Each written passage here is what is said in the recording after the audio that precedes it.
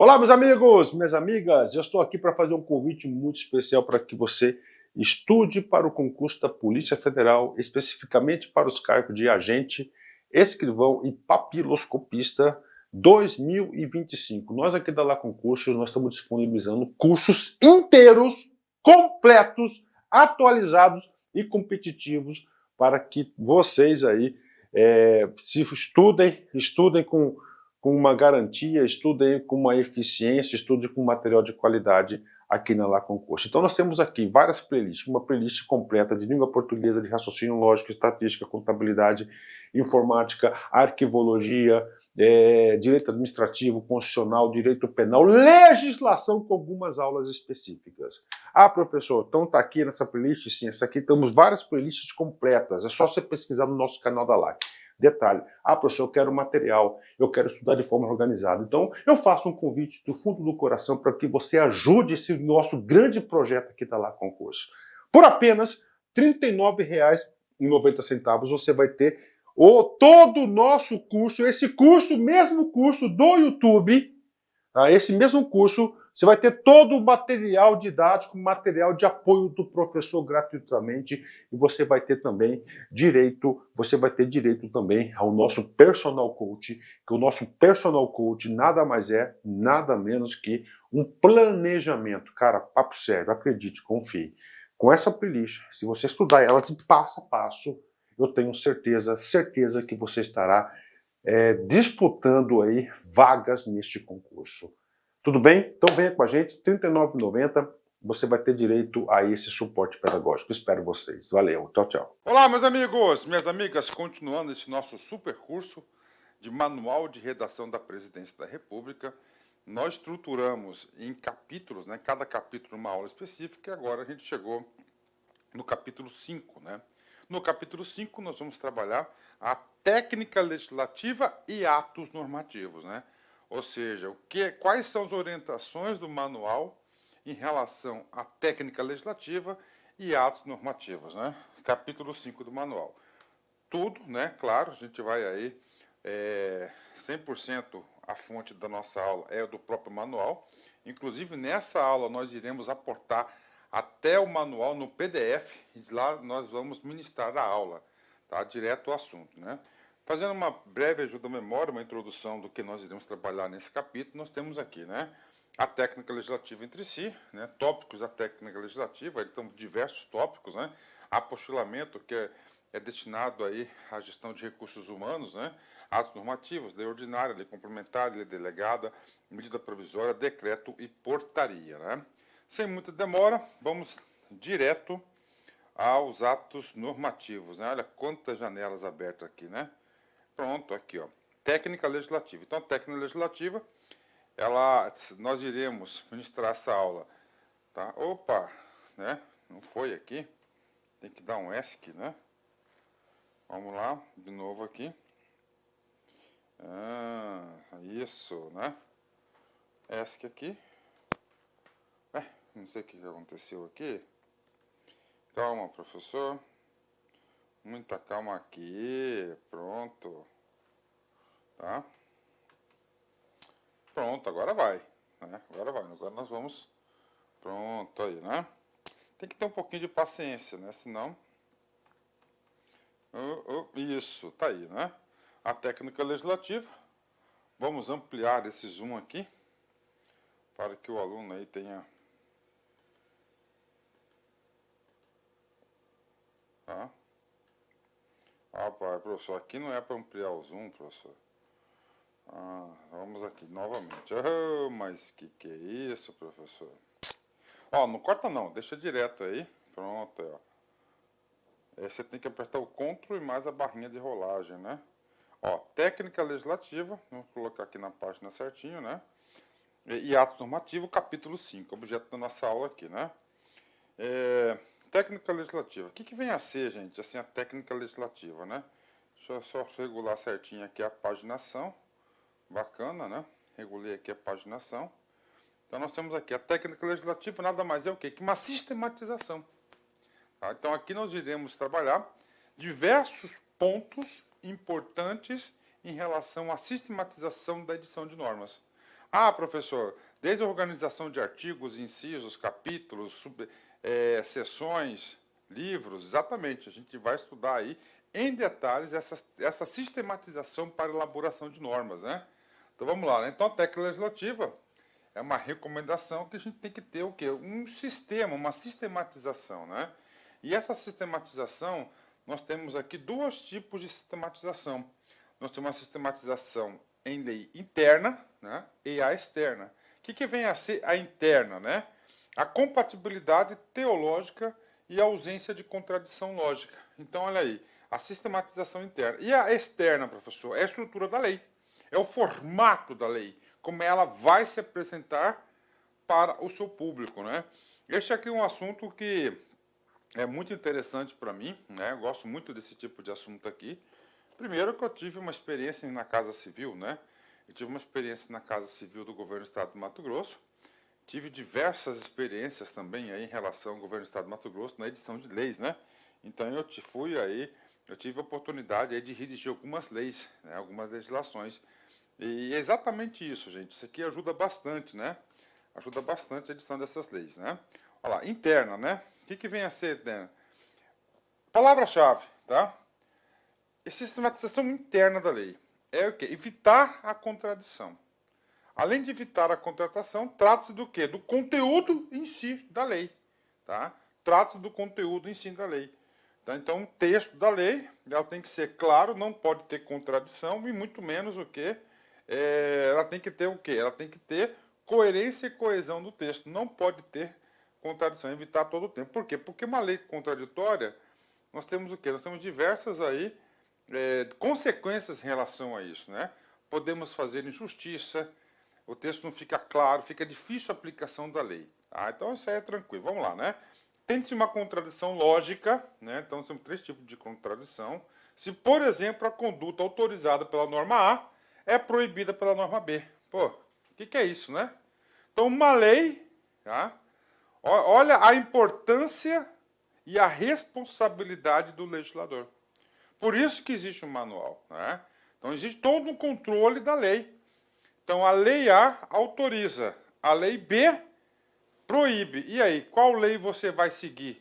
Ambos são leis, tá? Ambos têm aí o poder de coerção, né? De coagir, de obrigar. Então A proíbe, então não pode ter isso, então tem que evitar isso, né? A adição de normas discriminatórias dentro do sistema que estabelece a igualdade como princípio basilar. Então, hoje nós temos um princípio basilar consagrado na Constituição que diz o quê? Igualdade. Só que tem uma lei de cunho que é discriminatório. O conteúdo dela é contraditório, não está alinhado, né? E, finalmente, né, nós temos aí a contradição teológica, né? Se dá uma contradição entre os objetivos de disposições diversas, de modo que a observância de um preceito importa na nulificação dos objetivos visados pela outra. Né? Então nós temos aí o objetivo, né? E outro é o quê? E tem um preceito que importa, vai de outra lei que fica nulo. Tá? Ou seja, não tem eficácia essa lei. Tá? Então isso aí é contradição interna. E a externa? A externa é mais interessante. Né? É o quê? É a estrutura básica que a lei, né, deve constituir na sua sistemática externa. Né? Exemplo de estrutura. Então, nós temos aqui exemplo de estrutura. Então, é a organização do conteúdo. Né? Então, nós temos aqui, ó, por exemplo, Constituição Federal de 1988, a nossa Constituição. Então, nós temos o preâmbulo, né? Preâmbulo que vai ser tipo uma pequena resenha, né? O propósito dessa Constituição, nós do povo, para nós representantes do povo brasileiro, né? Isso é o preâmbulo, né? Preâmbulo da Constituição. E a nossa Constituição toda ela dividida em títulos, né? Nós temos título 1, dos princípios fundamentais, né? Basicamente do artigo 1º ao artigo 4º da Constituição. Nós temos o quê? O capítulo 2, título 2, que é dos direitos e garantias fundamentais. Então, esse aqui é um exemplo, a gente vai detalhar bastante isso aqui na aula, né? Bastante mesmo, né? Então, você pega aqui, dos direitos e garantias fundamentais, né? É dividido em vários capítulos, né?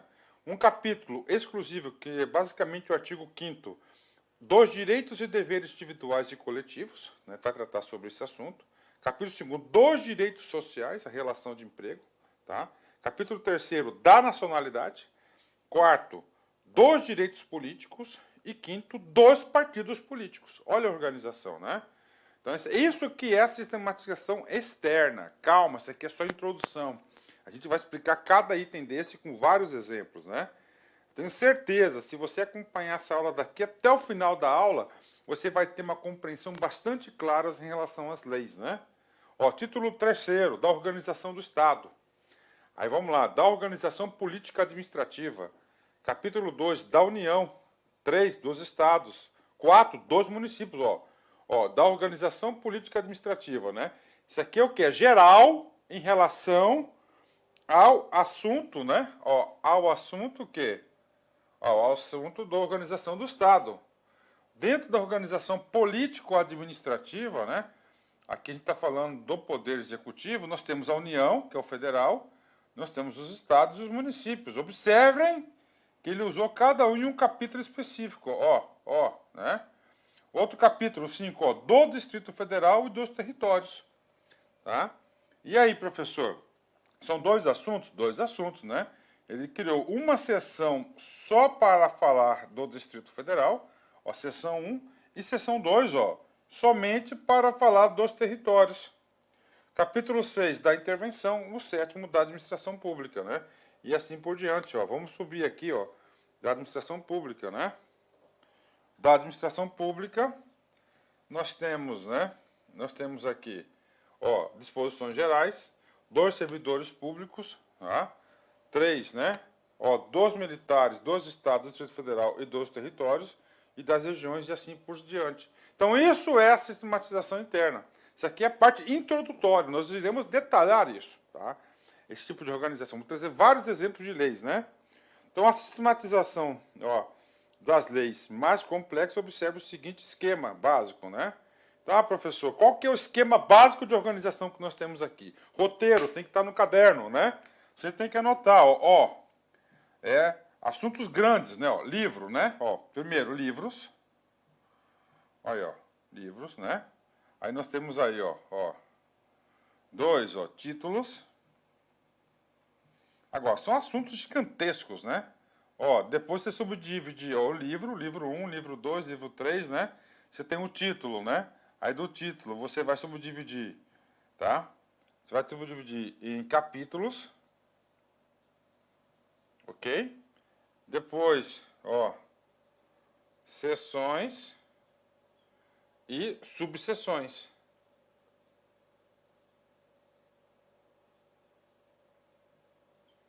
E depois, artigos. Já dando uma geral em relação a isso, eu vou fazer o seguinte, tá? Eu vou voltar para o nosso PowerPoint, tá? Vou voltar aqui para o nosso PowerPoint. Vou pegar uma tela branca aqui para nós e vou fazer o seguinte, vou dar uma organização, né? Então aqui, ó, sistematização de leis, o assunto.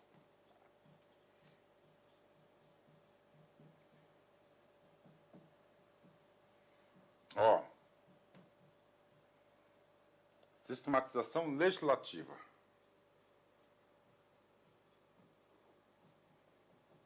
Ó, exemplo, livros. Aí dos livros é subdividido em títulos. Ok? De títulos pode ir a capítulos. Assuntos muito complexos, né? Aí nós temos as seções. Depois nós temos aqui as subseções. Isso aqui é a distribuição dos conteúdos. Tá? E aí, professor, tem mais coisa? Tem mais coisa. Tá? Chegou nas subseções, você bate no artigo. Tá? O artigo, ele pode conter incisos.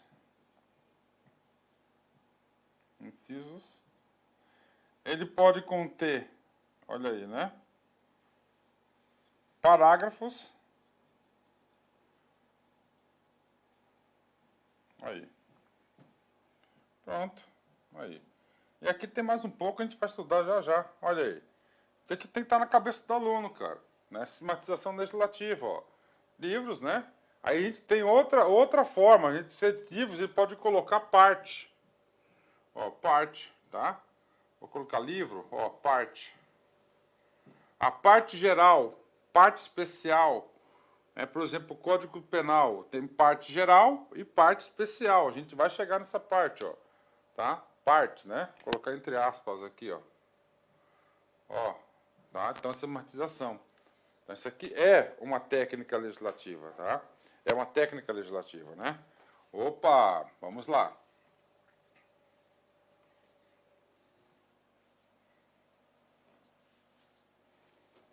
Vamos lá, vou voltar para o nosso documento.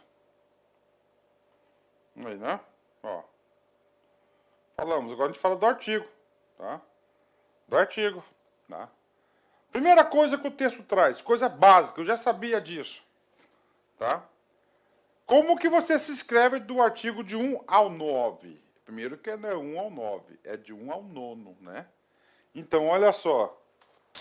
Opa, peguei aqui. Opa, fica aí, canetinha. Ó, segundo a Lei Complementar 95 de 98, apresenta as regras para a numeração dos artigos, de maneira que este artigo até o 9, então é o seguinte, ó, o primeiro ao 9, tá?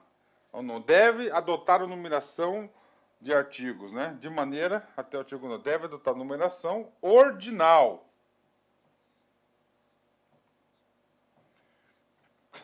Boa pergunta, né? E depois, do 10 em diante, você vai usar o cardinal. Ah, professor, lá na prova estava artigo 15º. Está errado, não é 15º. É artigo 15. É cardinal. Ordinal é primeiro, segundo, terceiro, quarto, quinto, sexto, sétimo, oitavo, nono. De 1 ao 9 é cardinal. Ordinal, perdão, né? Então não existe, não é? Essa aqui é uma estrutura legal, tá? Então tá aqui outra regra importante, né? Ó, a partir do 10 emprega-se numeração cardinal, correspondente do seguinte ponto final. Então é o seguinte, ó, vamos lá, né? Ó, vamos lá. Início, ele é assim, ó. Ó, artigo, tá? Ó, artigo, ó. Quando você vai citar esse artigo, aí o A é minúsculo, ó. Ó, artigo, ponto 10. Né? Tá aí, né? Ó. Aí. Pronto. É isso aí, ó. Tá? Pronto, ó. Inicial da maiúscula sem traço antes do início do texto. Então é ponto, tá? Então não é assim, ó. Artigo 10, tracinho, não. É ponto aqui, tá? Isso que está dizendo aí. Vamos apagar aqui o quadro, que tem mais coisas, né?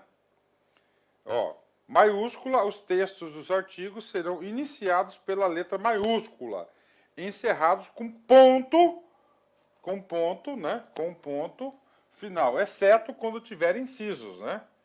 Quando tiver incisos que serão encerrados por 2 pontos, né? Vamos chegar no inciso aí, né? Então vamos lá, né? Ó, cada artigo deve tratar de um único assunto. Isso é legal. Cada artigo deve tratar de um único assunto. Bacana, né?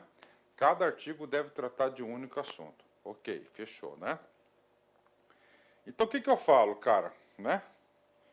Eu chamo, tá? Do artigo.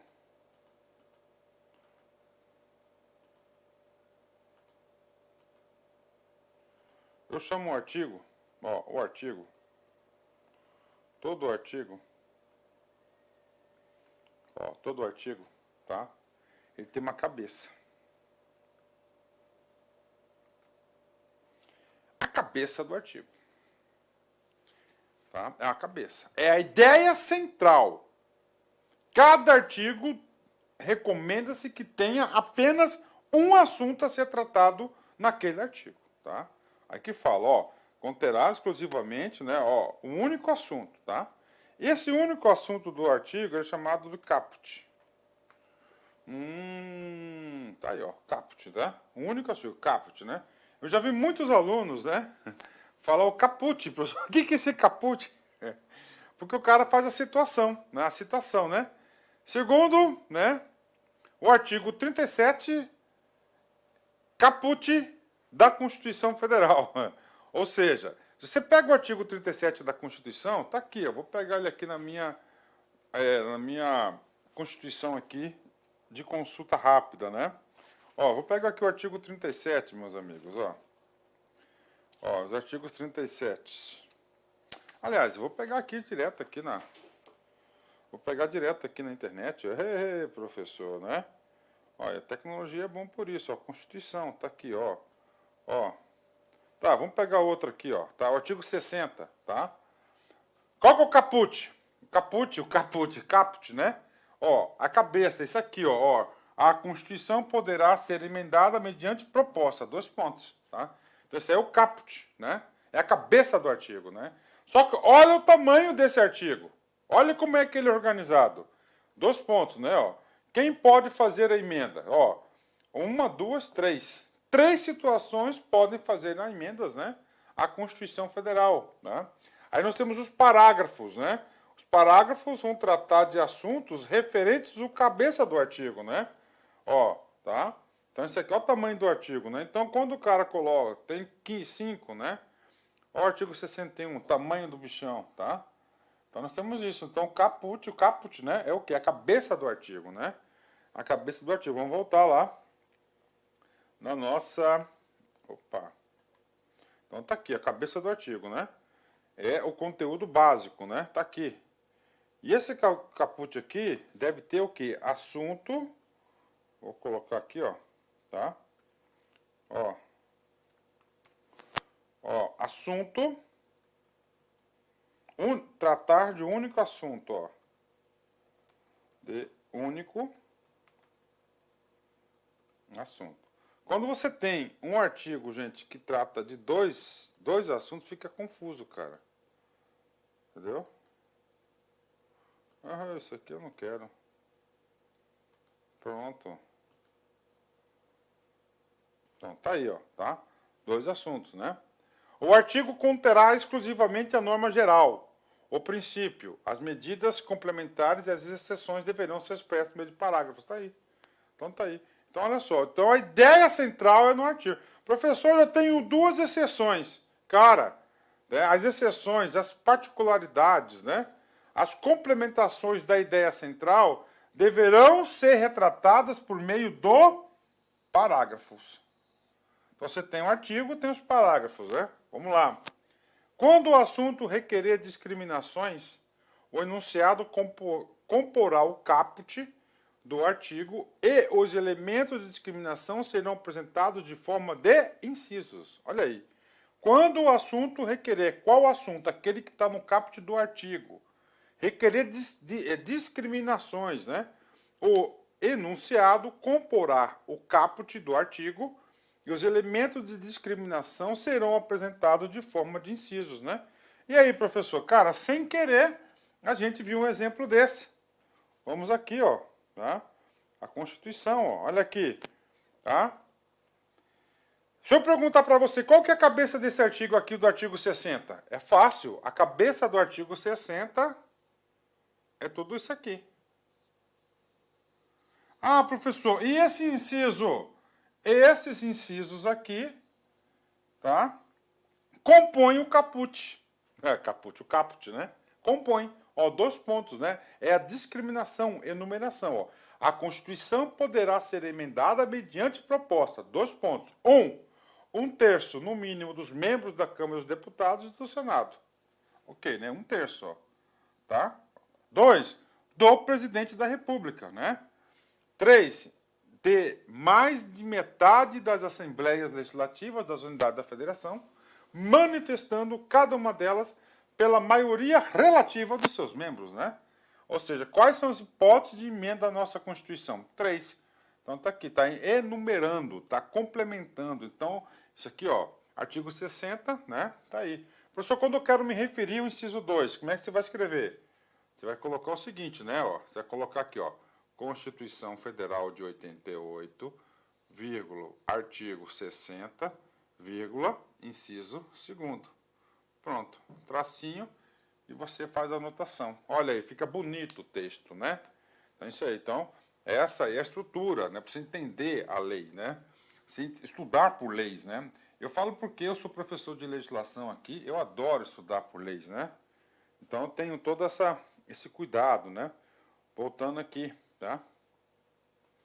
Ó, ok, forma de inciso, ó. As expressões devem ser usadas em seu sentido corrente, exceto quando se tratar de assunto técnico, hipótese na qual será preferida a nomenclatura técnica peculiar ao setor de atividades sobre o assunto que pretende legislar. Ou seja, né, as expressões têm que ser sentido corrente, né, ou seja, na forma que a gente conversa. Né. As frases devem ser concisas, quanto mais curta melhor, mais fácil a interpretação, passa mais conteúdo. Isso lá na primeira aula já fiz a ajuda da memória. Nos atos extensos, os primeiros artigos devem ser reservados a definições dos objetivos perseguidos pelo legislador, a limitação do seu campo e aplicação e a definição dos conceitos fundamentais que auxiliem a compreensão do ato normativo, né? Pronto, né? Exemplo de artigo, né? Olha aí, ó. Artigo 70, né? Do Código Civil, olha aí, de 2002, ó. O domínio da pessoa natural é o lugar onde ele estabelece, o domicílio da pessoa natural é o lugar onde ele estabelece a sua residência com ânimo definitivo. Então, isso aqui é o domicílio, né, da pessoa natural, né? Aí, ó. Agora, do artigo, gente, ó, regra do artigo aqui, né? Ó, os artigos podem desdobrar-se, por sua vez, em parágrafos e incisos. Ó, então, parágrafos e incisos do artigo, né? O caso que eu passei para vocês ali, né? Os parágrafos em incisos, estes alíneas e estes e subitens, né? Olha aí, né? Ah, professor, vamos lá, né? Ó, então, o artigo. O artigo ele pode ser parágrafos, né? E incisos e parágrafos, ok, tá lá, né? E os parágrafos, né? Ó, então, os parágrafos, a gente coloca ali, ó, olha só. Parágrafo 2º, por exemplo, né? Tá aqui, né? Aí tal, 2 pontos, né? Aí você pode, inciso 1º, tal, inciso 2º, tal, aí você vem aqui, né? Alíneas, ó, né? A linha A, a linha B, aí, ó, a linha A, a linha B. Aí o outro tem o quê, ó? Item 1, tá? Subitens, né?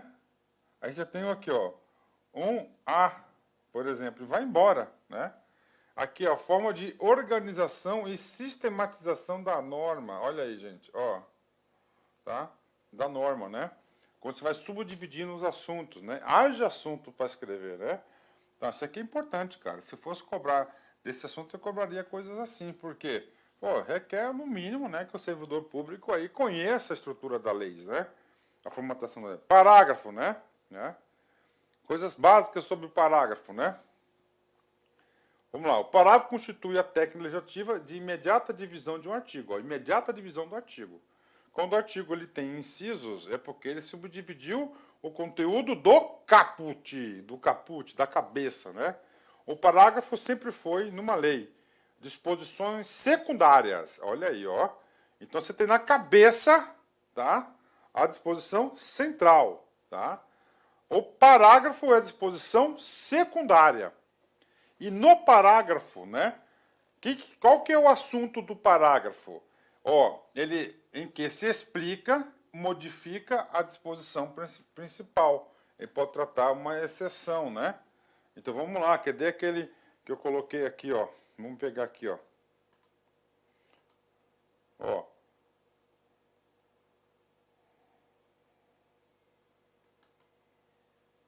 Aqui, ó. Tá? Caput, né? Tratado. O parágrafo agora, ó. Parágrafo.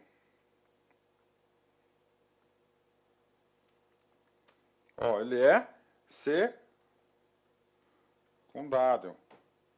Qual que é o trabalho do parágrafo? Ele explica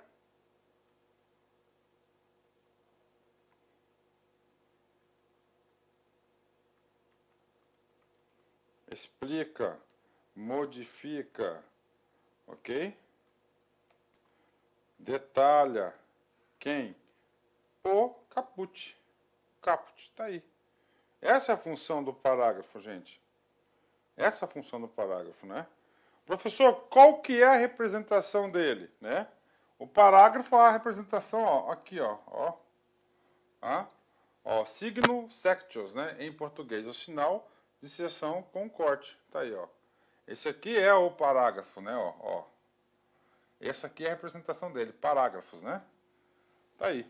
Esse é o sinal do parágrafo, né? Tem mais assunto? Claro que tem. Ixi, isso aqui é legal, né? Também em relação ao parágrafo existe a prática de numeração ordinal até o nono. Até o nono. Tá aí, até o nono. Tá? Mesma coisa dos artigos, né? Então, ordinal de 1 ao nono, de 10 em diante, ele é o cardenal. Tá? Cardenal. Ah, professor, tem aí... vai no artigo 100 da Constituição para você ver, que trata dos precatórios, né? Rapaz, o artigo 100 dos precatórios é grande demais, então tem diversos parágrafos, né? Tá? Professor, como é que eu devo escrever, né? Você tem que escrever assim, ó, parágrafo único, e não você, quando tem apenas um parágrafo, vou colocar parágrafo primeiro? Não, você vai colocar parágrafo único, escrito, e não só o símbolo e escrever, tá? Não pode, né? Então tá aí a questão do parágrafo, né? Dos artigos, né? Depois dá uma lida, né? Ó, exemplo de parágrafo, olha só, né? É o parágrafo primeiro. Não é o único, tem mais parágrafos aí, né? Ó, não serão objeto de consolidação as medidas provisórias ainda não convertidas em lei, né? Exemplo de parágrafo único. Então nós temos aqui, né? A cabeça do artigo, gigante, né? E nós temos aqui o parágrafo único, ó, na hipótese de separação judicial, divórcio ou anulação de casamento, cada um dos contribuintes terá o tratamento tributário previsto no parágrafo artigo 2º, né? Artigo 2º, não o artigo 3º, não o artigo 11, por exemplo, né? Olha aí, ó, olha aqui o ordinal, aqui o numeral, né? Ok. E agora, incisos, alíneas e itens, né? É uma suborganização, né? Uma suborganização. Olha aqui, ó, exemplos, né? Né? Aqui o exemplo do quê? De incisos dentro do caput, do artigo, a cabeça do artigo, ó. Artigo 62. A margem de dumping será apurada com base na comparação entre dois pontos, né? Professor, era correto colocar o seguinte, entre, né? Vírgula, né? Ó, o valor nominal, médio, ponderado, vírgula. Né? Tudo isso aqui, ó. Pode ser, cara. Colocar tudo na cabeça, mas fica o quê? Fica bagunçado, tá? Fica... pode dar... o leitor... dificulta a compreensão do leitor. Então, a organização do inciso, ó. Inciso 1, valor nominal, médio, ponderado. Ou valores nominais e os preços de exportações comparado à transação a transação. Tá? Então, isso aí é o quê? O inciso. E a linha, né? A linha, você vai utilizar, atenção, atenção, atenção, atenção. A linha você vai utilizar depois do inciso, né? Do inciso. Tá? Depois do inciso, tá? Depois do inciso, olha só. Ó, artigo 15, né? Ok. Inciso 12, ó, o texto da linha inicia-se com a letra maiúscula, salvo quando se tratar do nome próprio, termina com. Ou seja, nesse inciso, nós temos subitens também. Então, a gente vai o quê? Colocar aí alíneas, a linha A, a linha B, a linha C e assim por diante, né? Lembrando que as alíneas, lembrando com o inciso, tá? O inciso, tá? Vamos voltar aqui no texto, né? No slide em branco aqui, tá? Vou até colocar um slide em branco aqui, ó, para ficar fácil, ó. Lembrando para vocês o seguinte, né? Ó, inciso.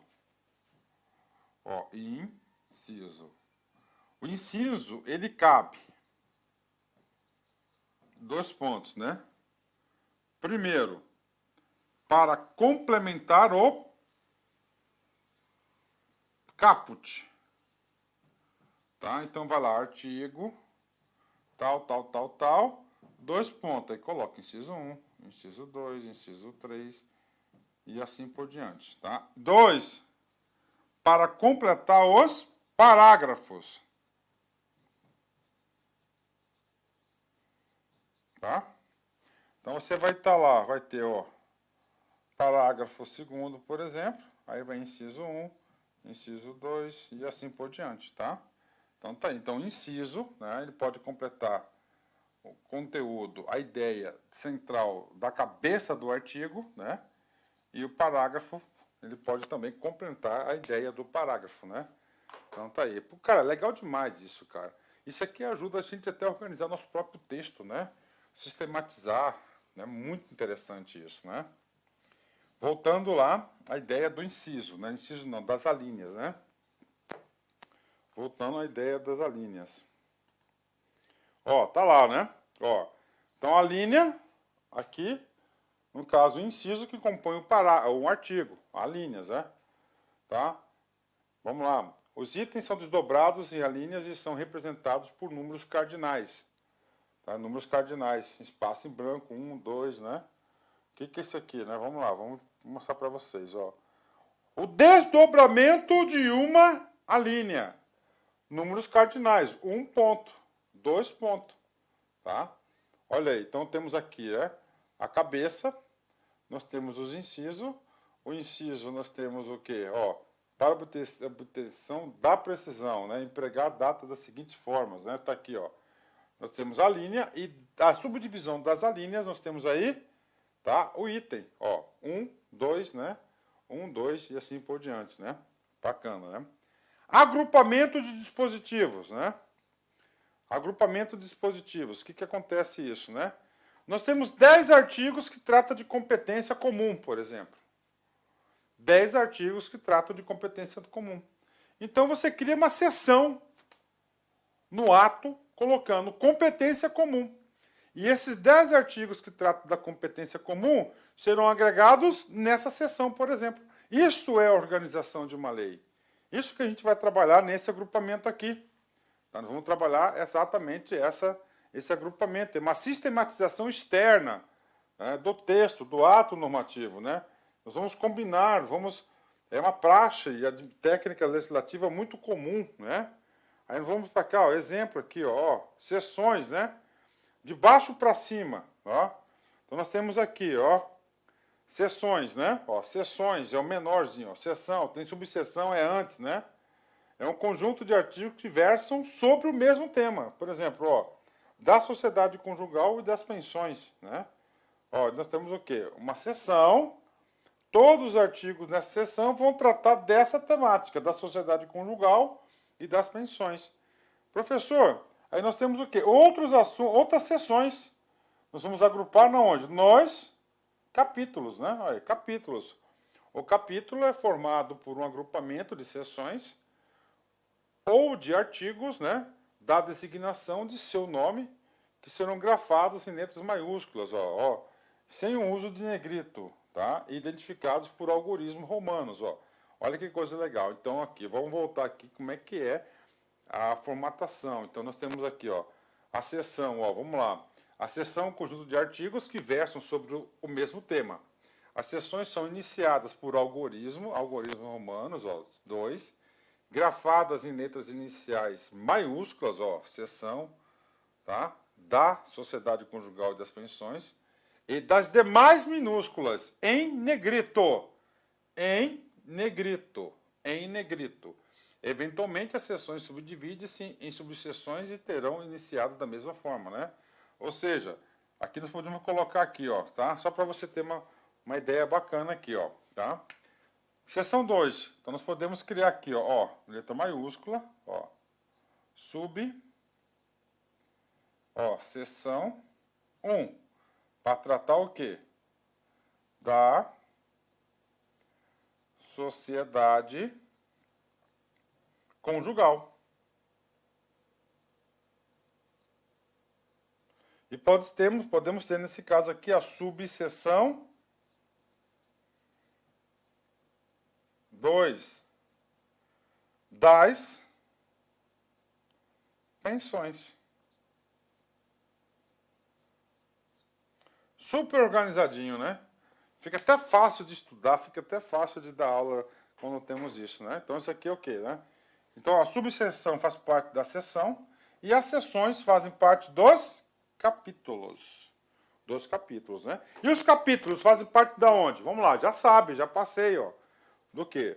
Daqui, do título, tá? Do título aí, ó. O título engloba o conjunto de capítulos, né? Da sua designação deve ser grafada em letras maiúsculas de algoritmos romanos. Né? Tá aí, né? Exemplo, né?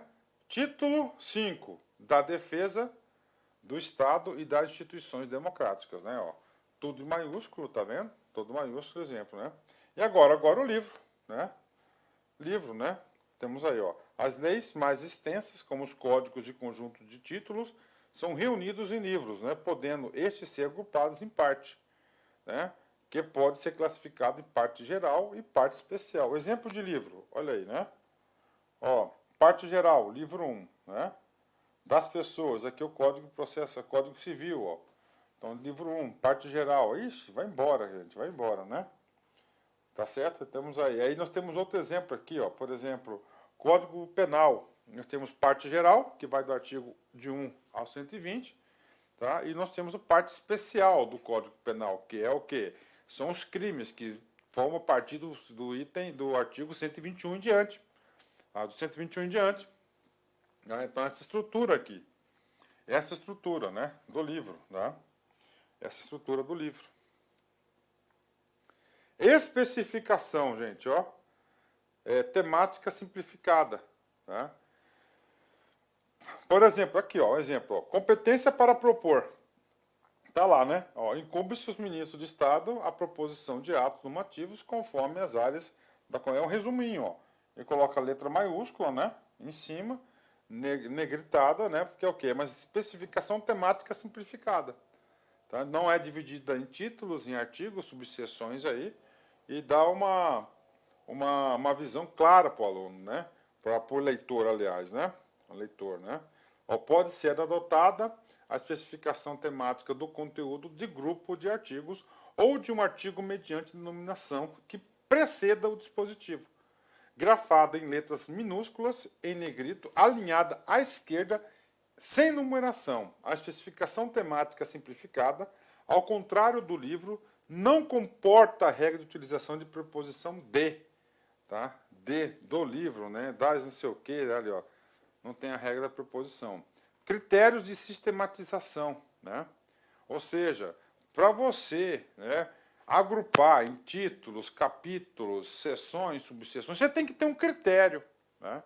E aí, professor, aonde que vou elaborar o critério? Depende do assunto. Então, de acordo com o assunto, você utiliza um critério de sistematização. Como assim, professor, né? Ó, critérios aqui, ó. Matérias que guardem afinidade objetiva devem ser tratadas no mesmo contexto ou agrupamento. Outro, procedimentos devem ser disciplinados segundo a ordem cronológica, né?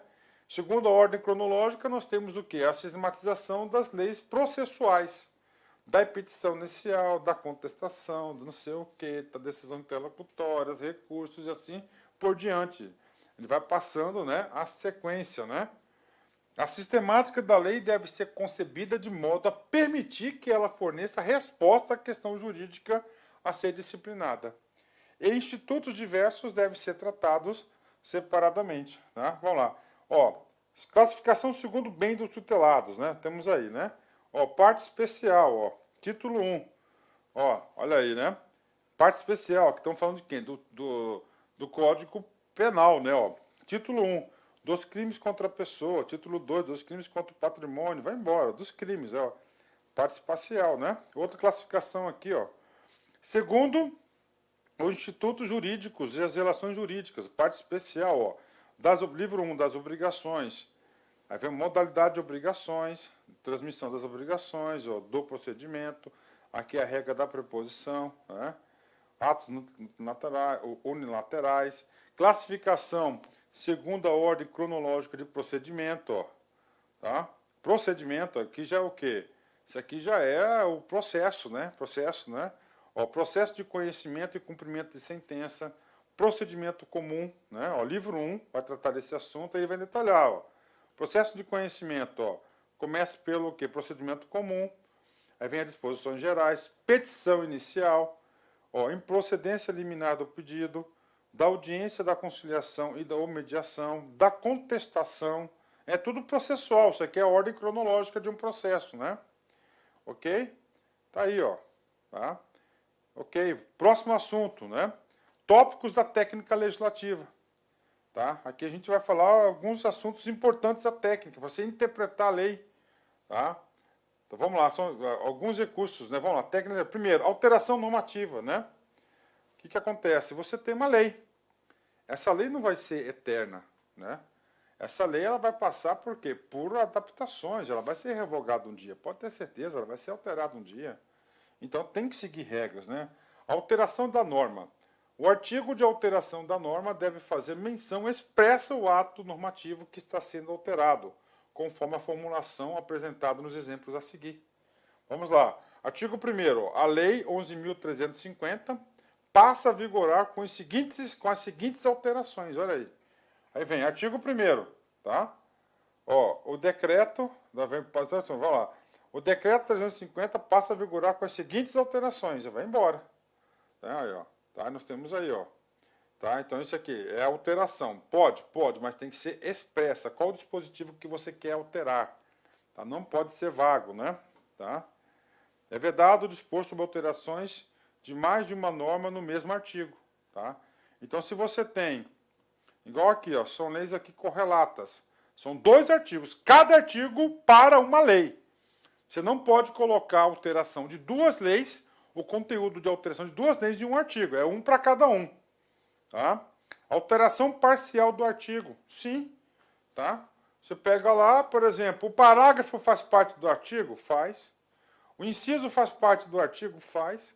Eu posso, professor, só alterar aquele inciso, somente aquele parágrafo? Pode. E acontece muito, né?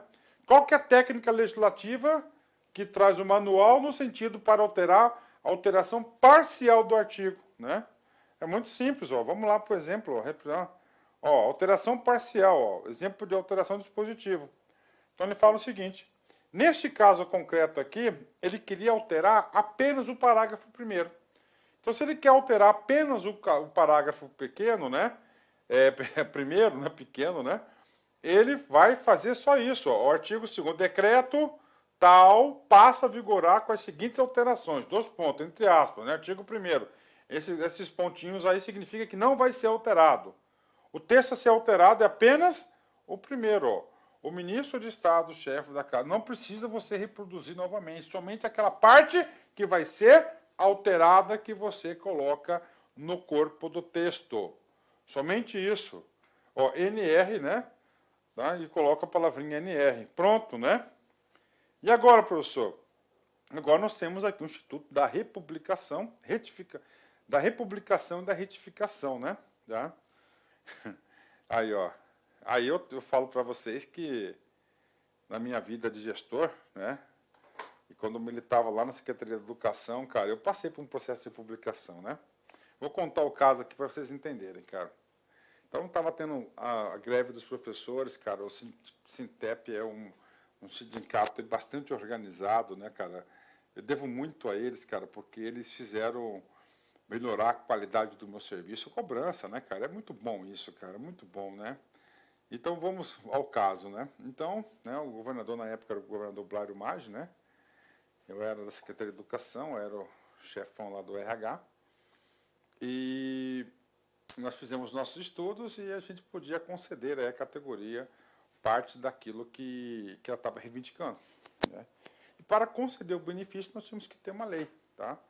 Aí fizemos a minuta da lei, foi para a Assembleia Legislativa, e aí estica e puxa, isso pode, isso não pode ser atendido, pode, não pode ser atendido. Aí versão 1, versão 2, versão 3, versão 4, chegou no acordo. Aí foi para votação, a versão 5, por exemplo.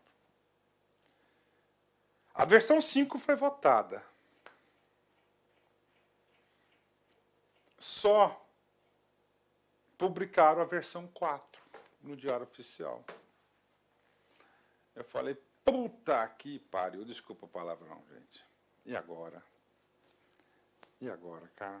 O que eu vou fazer, meu?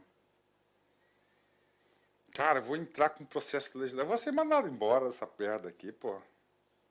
Cara, aí na época o presidente da Comissão de Educação era o deputado Humberto Bozaipo. Cara, esse cara foi 10 demais, cara. Eu expliquei assim, não, tá certo, é essa versão mesmo que foi aprovada. Eu falei, é essa aqui mesmo? Falou, ele pegou assim, deixa comigo. No outro dia, o cara fez uma republicação, me salvou, cara. Me salvou. Né? Me salvou, não só, cara, senão até começar a discussão de novo para alterar aquela lei para chegar na versão 5, né? Aí os caras estavam falando, mas não foi isso que foi negociado com a categoria, cara, um balaio de gato sem precedentes. Então esse Instituto da Republicação acontece, tem que ter, tá? Vamos lá. Republicação, agora é utilizado para designar apenas a hipótese de o texto publicado não corresponder ao original assinado pela autoridade. É exatamente isso. Tá? O termo republicação agora é utilizado para designar apenas a hipótese de o texto publicado não corresponder ao original pela autoridade. Exatamente o que aconteceu no meu caso. Foi aprovada a versão 5, discutida a versão 5. Só que publicaram a versão 4.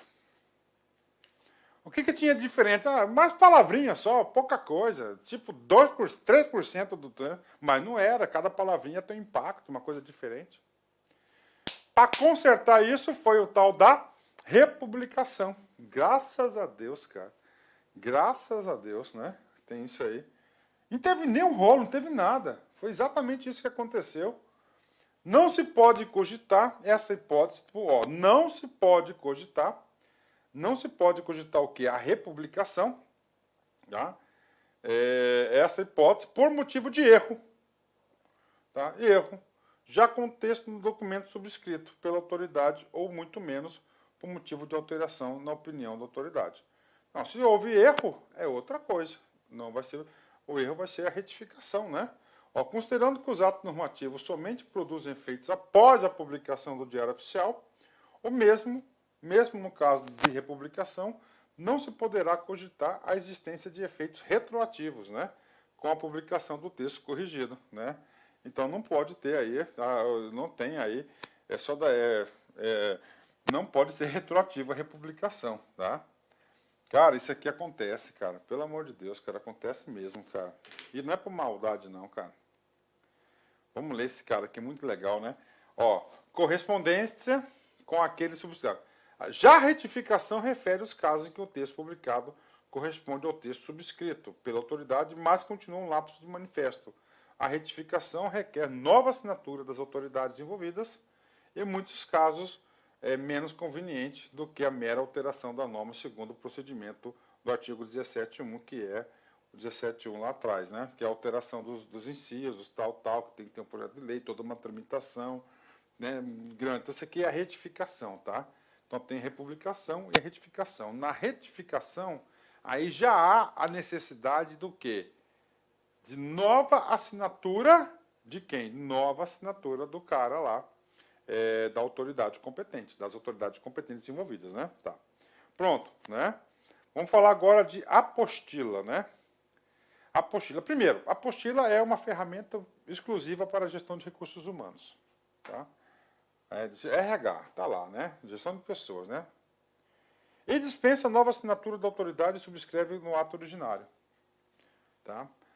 Professor, exemplo de apostilamento simples, tudo bem. Maria José Cavalcante, nome de solteira. A mulher casou. Caiu na desgrama de aceitar o nome do marido. Tá? Maria José Cavalcante, agora vai ser Maria José Cavalcante Borba, por exemplo. Né? Tá lá, adotou o nome do maridão. E aí, professor, vou ter que retificar o ato de nomeação da mulher? Não, republicar, você faz um apostilamento, você vai lá, você publica apostilamento. Estou dando um exemplo de apostilamento, tá? É para dar agilidade, você poupa lá a autoridade para ficar assinando os documentos. Aí depois a mulher voltou para o nome de solteiro, eu novo apostilamento. Tá aí, né? Para registrar, por quê? Porque os atos da administração pública são públicos, né? Então tem que publicar, é uma simplificação, né? Ó, retificações, alterações, denominação de cargos, funções, órgãos que tenham tido denominação por lei, decreto. Isso aqui é o apostilamento, né? Isso aqui é tranquilo, né? Forma e estrutura, né? Ó, no título tem uma apostila, tem que estar lá, escrito, letra maiúscula, com alinhamento centralizado. Texto ou conteúdo deve se apresentar a correção do erro material constante original. Data local, ó, por exemplo, né? Ó, identificação do signatário, quem vai assinar. Aí. Tá, aí, ó. Apostila. O decreto de nomeação fulano de tal, secretário. Onde se lê? Olha aí. M, leia-se N. Aí, esse aqui é um apostilamento, ó. Aí, ó. É um tipo de apostilamento aí, tá? E tem muitos tipos de apostilamentos. Aqui é um desses, né? Com apostilamento de atos de pessoal aqui, onde se lê, né? Tá aí, apostila, né? Ah, a professora pensei que era postinha de cursinho. Não, tem nada a ver uma coisa com outra, né? Agora a gente vai falar dos atos normativos, né? Tá? Forma e estrutura dos atos normativos, né? Aqui, vamos lá. A estrutura dos atos normativos é composta por dois tipos básicos, a ordem legislativa e a matéria legislada. Ó, a ordem legislativa é a matéria, tá? Ok. Vamos lá. Todo ato legislativo tem três partes. Tá? Isso pode cair na prova de vocês, né? Três partes. Primeiro, a parte preliminar, é lá no começo, né? Você tem que saber o que é o epígrafe, você tem que saber o que é a ementa, né? Você tem que saber o que é um preâmbulo com autoria, com fundamento de validade, quando couber a ordem de execução, enunciado do objeto de indicação. A gente vai ver cada exemplo desse aqui. Então, esse aqui é o quê? A parte preliminar, é lá no comecinho, onde tem a ementa, o número da lei, tá? O presidente da República faz saber ao Congresso Nacional, assim por diante, né? Depois é o texto, sim, a parte normativa, artigo 1, 2, 3, 4, 5. E no final, a parte final. A parte final está o quê? Ela está envolvida em relação à vigência da lei, a autoridade que está já chancelando aquele ato, as disposições transitórias, né? Disposições sobre as medidas necessárias à implementação das normas constantes da normativa, as disposições transitórias, cláusulas de revogação, cláusula de vigência, tá? E assim por diante. Então, nós temos três partes à lei, a estrutura da lei, as leis normativas, né? Vamos lá. Primeiro, epígrafe. O que é o tal do epígrafe? É o número da lei. Lá, ó, lá em cima, ó, é a parte do ato que qualifica na ordem jurídica, ó, que qualifica Lei Complementar 95, de 26 de fevereiro de 99. E situa o tempo por meio de numeração. Numeração e data, ó. Tudo tem que ter numeração, ó. Tá? Quem dá essa numeração é a Casa Civil, é o Poder Executivo, que dá a numeração. Tá? É ser grifadas em maiúsculas e o ponto final. Sem ponto final. Ah, na prova o cara colocou um pontinho final aqui. Está errado, é sem ponto final. Eu vou até grifar esse material aqui. E você grifa no seu. Tem um tapete aqui que está com uma dobra, quase cometi um acidente aqui. Vamos colocar esse cara aqui. Sem ponto final. Ó. Vamos pôr um vermelhinho aqui, ó. Ah, ementa. Ementa é um resumo da lei. Daqui. Tá? Ó, a ementa é a parte do ato que resume o conteúdo do ato normativo para permitir, de modo objetivo e claro, o conhecimento da matéria legislada. Então, nós temos aqui, né, o epígrafe, a ementa. Né? Olha a ementa aqui do decreto 9191. Né?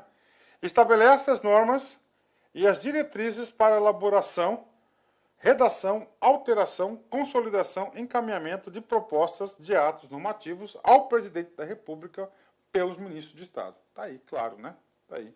Essa é a ementa. Essa aqui é uma matéria específica e exclusiva. Não trata nenhum outro assunto nisso aqui, né? Agora, se você tiver aqui, ó, tira esse ponto aqui e escreve e da outras providências. Tá, e aqui.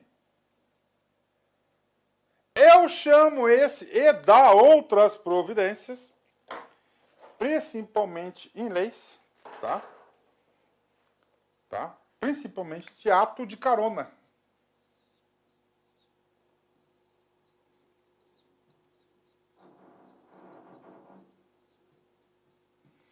Ou seja, é um conteúdo que não tem nada a ver com o objeto principal da lei, do decreto, do ato normativo.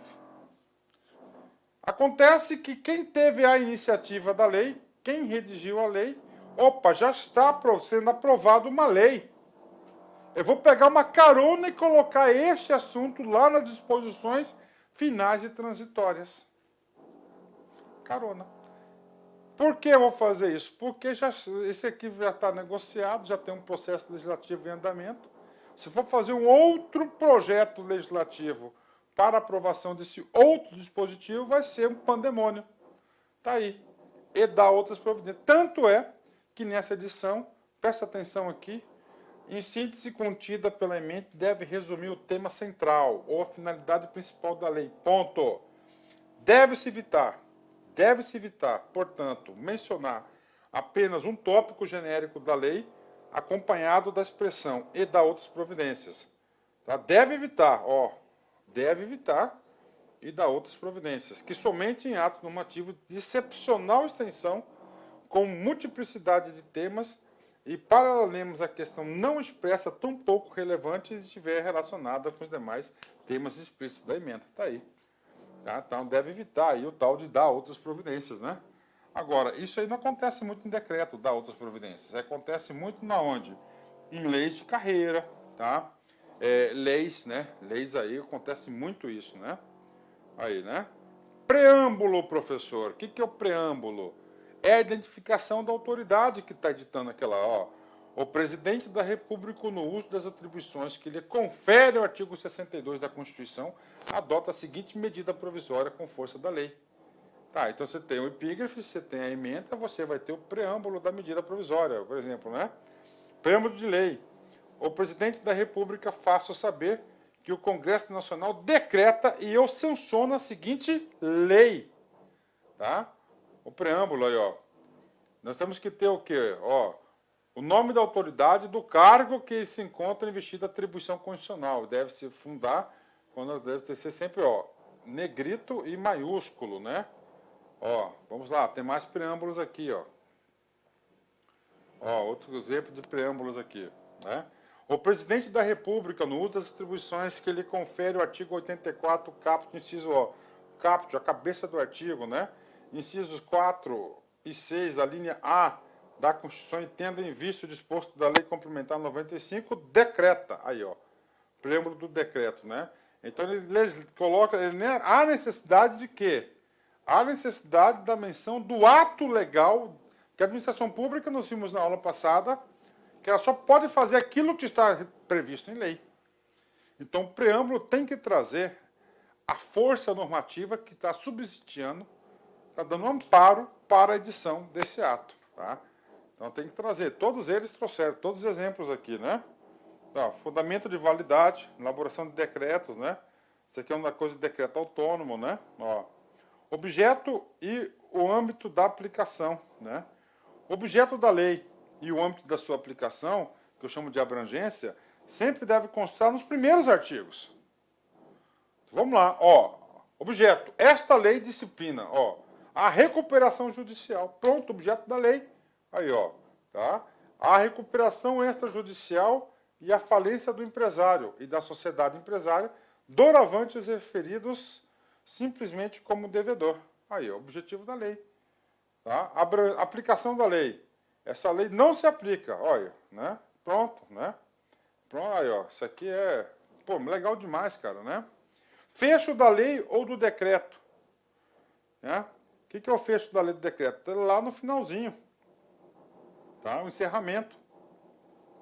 Encerramento, Exemplo, Brasília, 1º de dezembro de 2018, tá?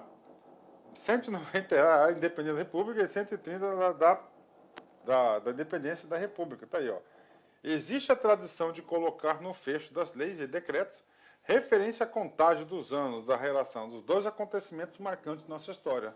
A Declaração da Independência, né?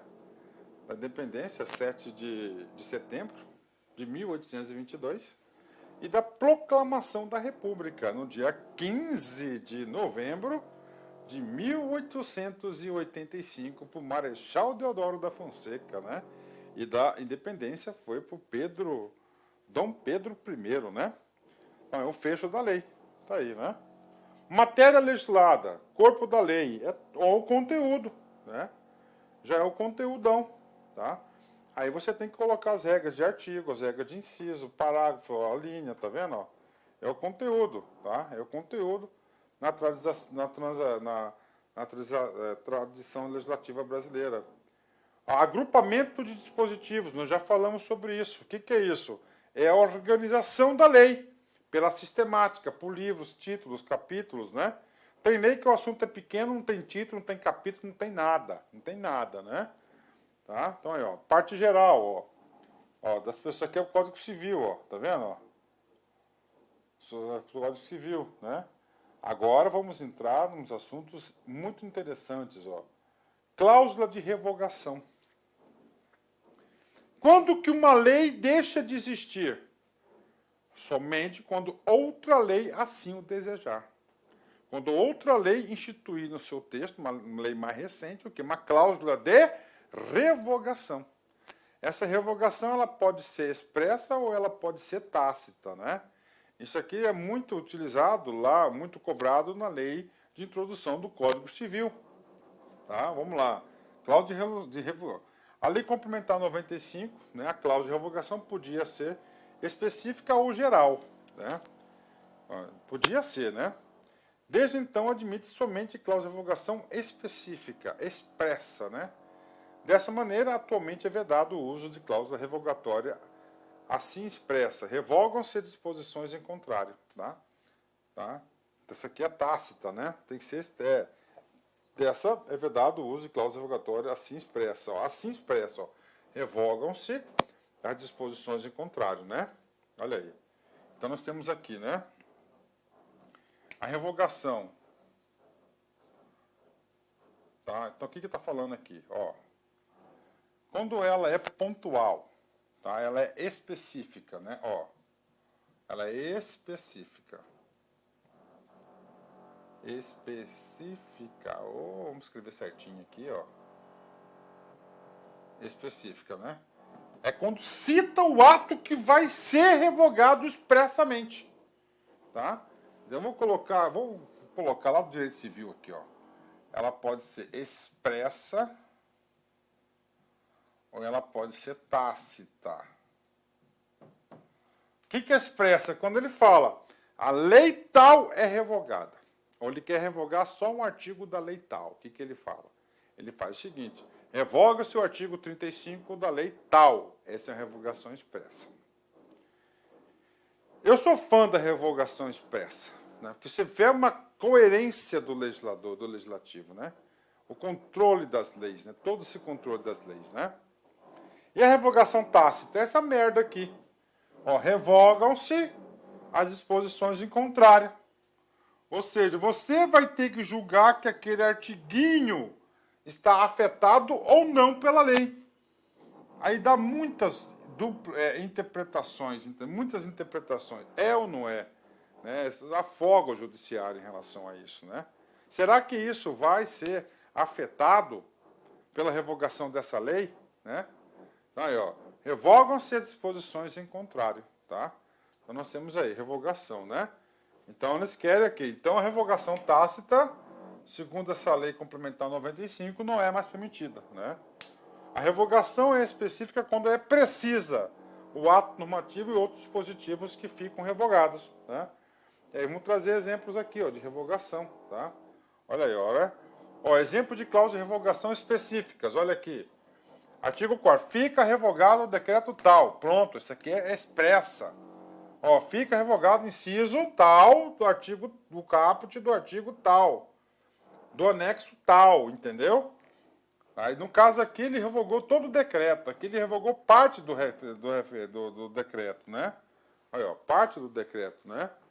Deixa eu ver se eu trouxe... Opa, deixa eu ver aqui que eu trouxe um exemplo aqui muito bacana aqui da lei de licitações, ó. Tá? Não tá aqui, não. Tá mais embaixo aqui, ó. Olha esse caso aqui, cara, ó. Ficam revogados os seguintes dispositivos do anexo do decreto 9003, ó. Ó, relação ao artigo 2, ó. Ele só Ó, a linha B do inciso 1 do caput, que ele quer que retira do mundo jurídico, né? Ó, isso aqui é uma revogação bacana, né? Olha aí, ó. Tá? Então ela é expressa, né? Cláusula de vigência, muito bacana, né?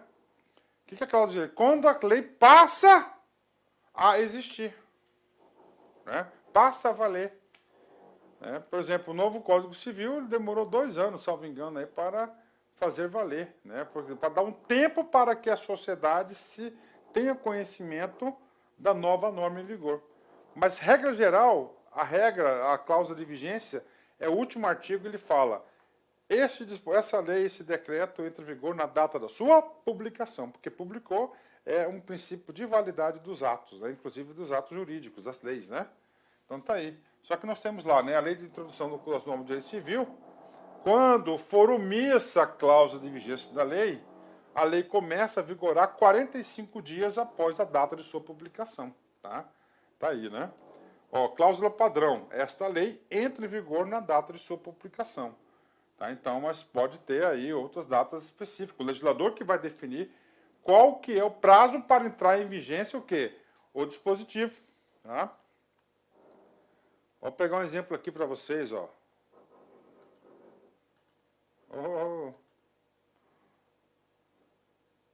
Aqui, ó. Lei de licitações, né? Recente aí, ó. 2021, ó. Revogam-se. Ó, isso aqui era para estar lá atrás, né? Olha aqui que ele fez aqui, ó. Ó, artigo 89 ao 108, tá? O que? Parte de contratos, né? Aí colocou, ó, essas leis aqui, ó, elas estarão revogadas após decorridos 2 anos. Estou complementando lá a parte de revogação. Essa lei entra em vigor na data da sua publicação. Por que ele fez isso? Né? Uma regrinha de transição. Porque muitos processos de licitação estão em andamento, né? Estão em andamento. Então, os contratos celebrados a partir dessa data aqui já são celebrados de acordo com a nova lei de licitações e contratos administrativos, né? Olha aí, né? Vamos colocar aqui a cláusula, então, vamos ver aqui. O artigo 23 do decreto 91 estabelece a adoção do vacatio legis para os atos normativos. O que é o vacatio legis, né? É aquele prazo entre a publicação e o prazo de vigência da lei, que ele passa a valer. Tá? Normalmente não existe, porque entra na data da sua publicação, não existe tempo de vacatio. Mas pode ser de 60 dias, 90 dias, e assim por diante. Né? Vamos lá. Primeiro, da maior repercussão, quem demande tempo para esclarecimento exige medidas de adaptação. Né? Já falando aqui, o tempo, né? Para você estabelecer a data da publicação, os efeitos, né? Maior repercussão. Então, maior repercussão, mais prazo para entrar o quê? Maior prazo do vacatio legis, né? Que demande tempo para esclarecimentos, ou exijam medidas de adaptação pela população, que exijam medidas administrativas prévias para aplicação do modo ordenado, em que convém a produção de efeitos antes da edição do ato normativo inferior, ainda não publicado, né? Não publicado, né? Aqui, né? Ó, essa medida provisória entra em vigor na data da sua publicação, não existe vacatio legis, né? Ó, este artigo entra em vigor no 1º de fevereiro de 2018, né? Ou seja, foi um prazo bem... Ó, foi na própria, já colocou o dia aí que vai entrar em vigor, né? Ó, essa lei entra em vigor no 1º dia do 6º mês, olha aqui, né? O vacatio legis aqui, o prazo, né? Assinatura e referência. É quem assina, né? O texto lá, né? Assina o texto, tá? Tá aí, né? Então, isso aí são partes, uma geral da legislação, tá? E agora a gente vai estudar os instrumentos em si. Lei ordinária, lei complementar, lei delegada, né? Por onde que está escrito, professor, essas questões de leis aí? Ó? É muito simples, ó. Aqui no artigo 59, o artigo 59, tá?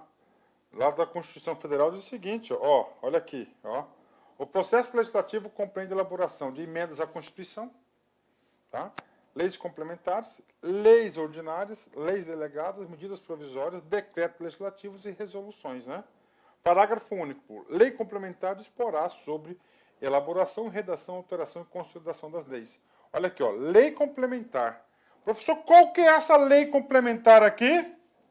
Ó, LC 95, que a gente está vindo daí várias vezes. Então, a LC 95, né? ele traz essa disposição do processo legislativo aí. Ou seja, né, a Constituição teve essa previsão e a regulamentação, detalhamento, ele repassou para onde? Para a lei complementar. Complementar. Complementar significa o quê? Que vai completar a nossa Constituição. Tá? A nossa Constituição. Vamos lá, lei ordinária. Primeira lei. Né? Lei ordinária é a lei comum. Né? É a lei comum. E essa lei, ela pode ser uma lei formal, tá? E ela pode ser um ato normativo de efeitos concretos, né? Código Civil é efeitos concretos, uma lei material, né? Uma lei material, né? Uma lei material, né? É uma lei material, né? O Código Civil, Código Penal, lei material. Lei formal, ele tem forma de lei. Ó, LOA, Lei Orçamentária Anual, tá? Ela tem uma formato, ou seja, o orçamento virou uma lei, é uma forma, tá? É um planejamento, orçamento, não é uma lei, não tem, tá? Ó, a autorização das empresas públicas é uma formalidade, né?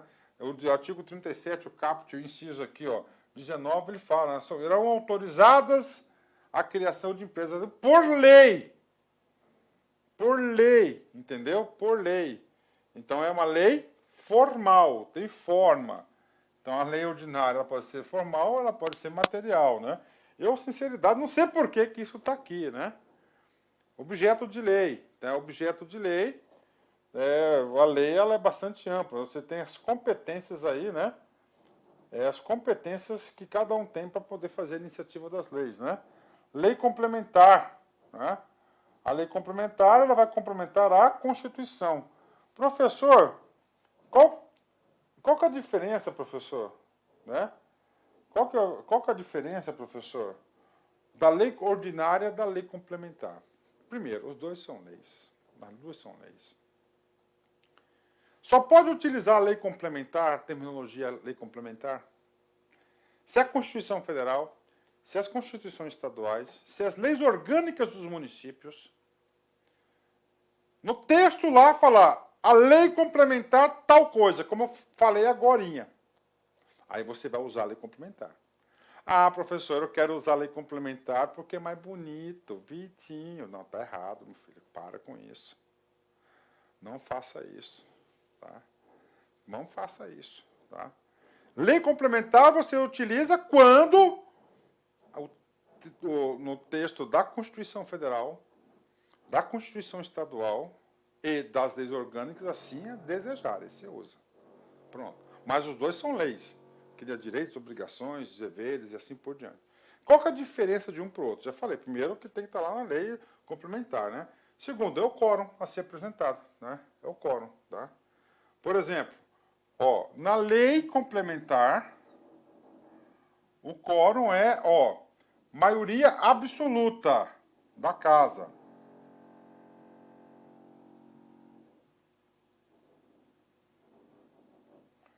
E na lei ordinária,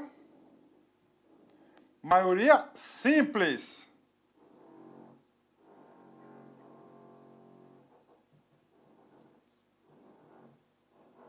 Maioria simples.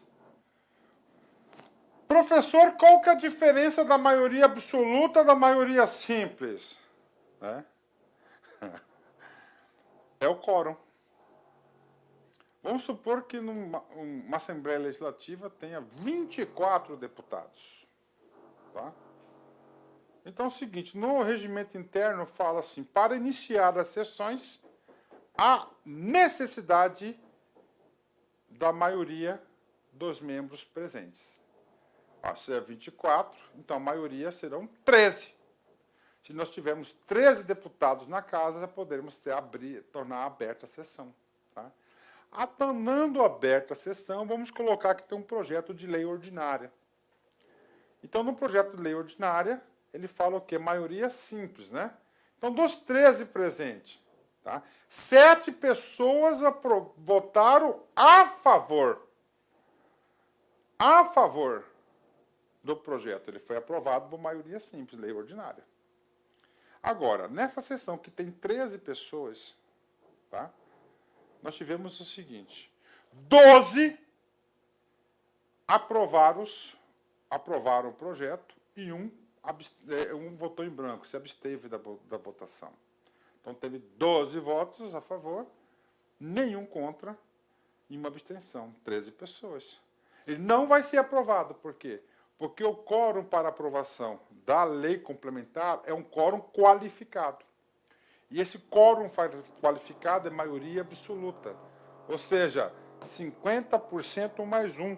Então, no exemplo que eu passei para vocês, há necessidade de ter 13 pessoas na casa para aprovar a lei complementar. Então, a diferença da lei complementar e da lei ordinária são basicamente essas duas diferenças, isso que vai ser cobrado na prova, tá? Isso que vai ser cobrado na prova, pode ter certeza, né? Isso que vai ser cobrado na prova. Primeiro, lei complementar somente se assim um texto da Constituição Estadual, Federal ou Municipal ou da lei orgânica falar que vai ser matéria de lei complementar, que está complementando um pensamento, um dispositivo da Constituição, tá? E outra, a questão do quórum. Uma é uma maioria simples, outra maioria absoluta, né? É um quórum mais qualificado, tá? Para encerrar leis, temos leis delegadas. Quem que tem, gente? A principal atribuição para legislar é o quê? É a do Congresso Nacional. Está lá. Congresso Nacional. Aí o Congresso Nacional falou algumas matérias específicas, né?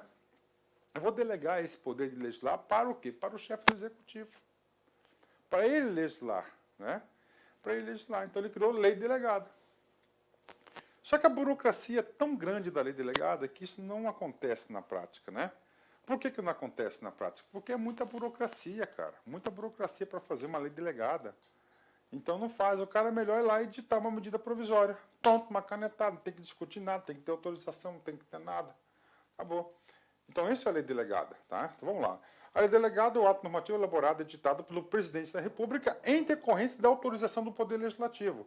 Então o Poder Legislativo, o Congresso, autoriza o Poder Executivo a ter, para fazer essa lei, né, expedida por meio de resolução do Congresso Nacional, dentro dos limites traçados, está no artigo 68. Tá? Trata-se de espécie normativa em desuso no âmbito federal. Apenas 2 leis delegadas foram promulgadas após a Constituição de 88.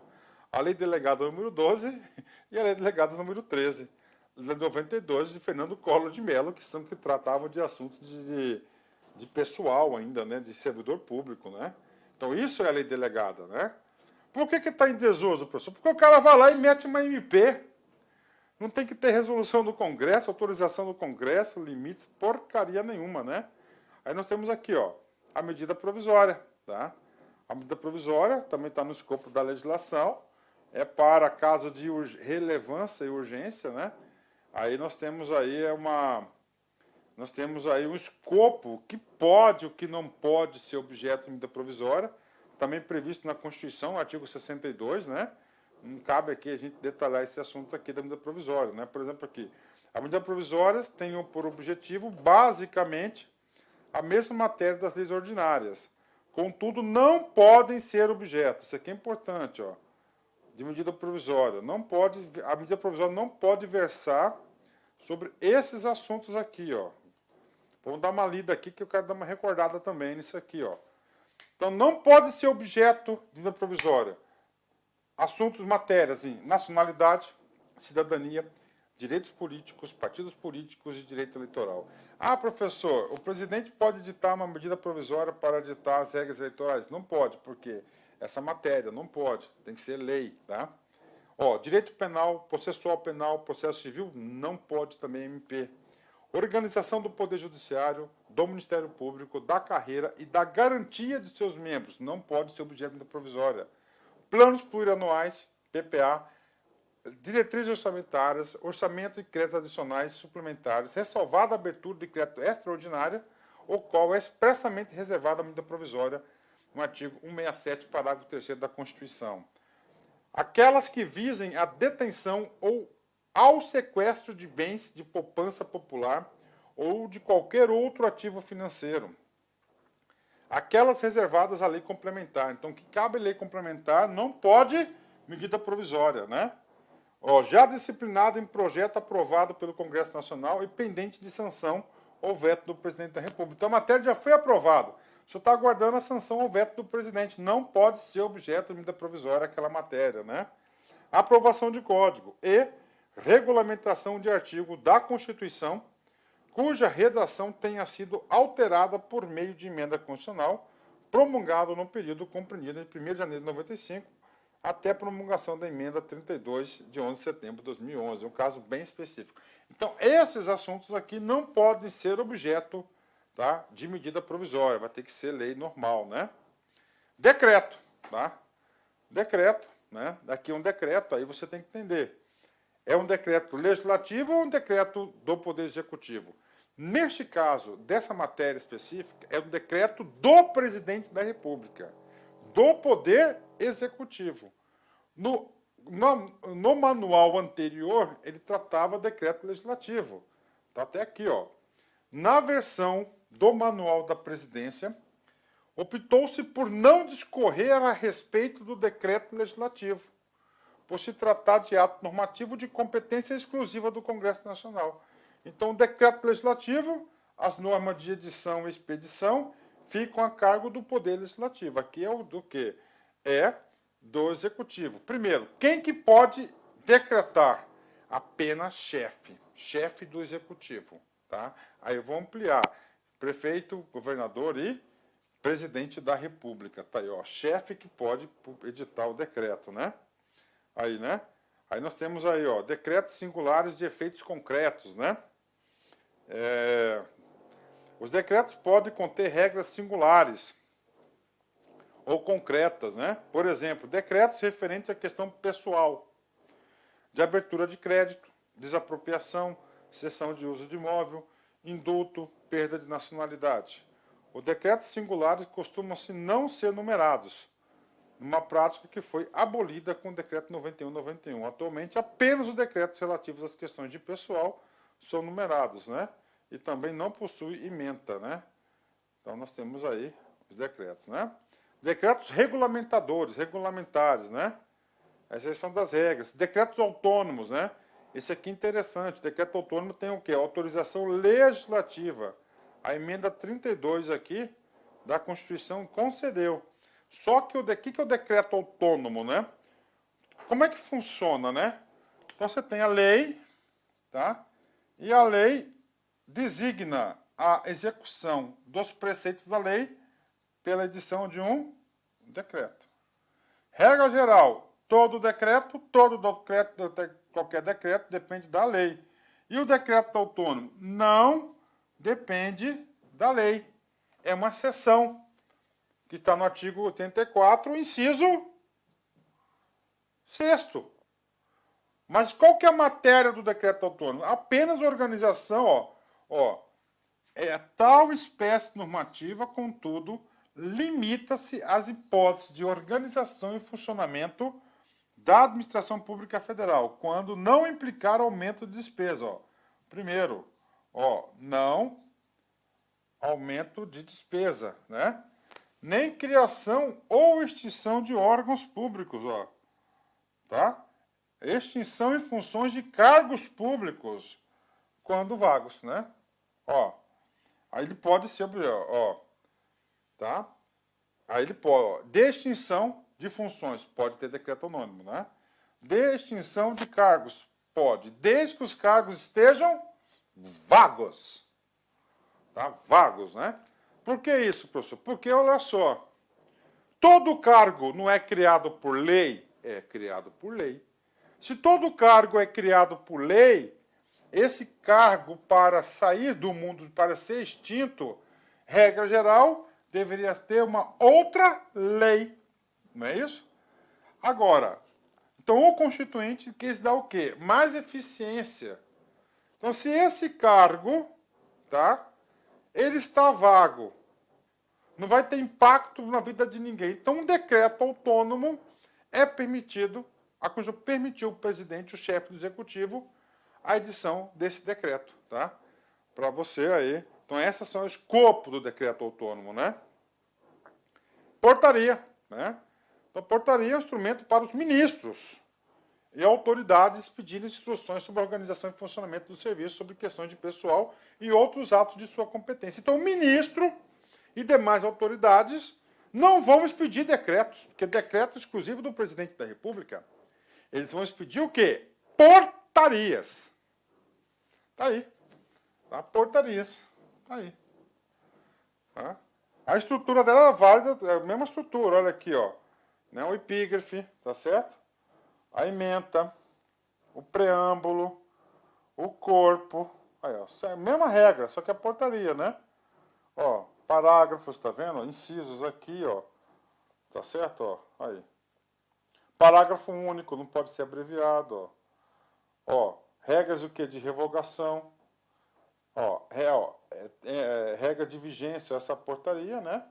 E o cara que assinou, Eliseu Lemos Padilha, né? Um grande ministro que nós tivemos aqui no Brasil, né? Eu vou dar uma moralzinha para ele aí, ó. Eliseu Padilha, né? Foi ministro de diversos presidentes da República, né? Aí. Hop, acabou. Passou rápido, né? Pô, bacana, né, cara? Demais, gostou demais estudar, né? Gostou demais estudar, né? Pessoal, próxima aula, parte 6, a gente termina. Mas antes disso, vamos fazer uma reflexão aqui, né? Uma mensagem para vocês. Vem comigo, olha só. O começo da sabedoria é encontrar... desculpa, vamos lá, de novo, né? Desculpa aí, gente, vai lá. O começo da sabedoria é encontrado na dúvida. Tá? Aí tem uma vírgula aqui. Tá? O pessoal do marketing aí, ó. Tá? Vamos lá. O começo da sabedoria é encontrado na dúvida. Duvidando, começamos a questionar.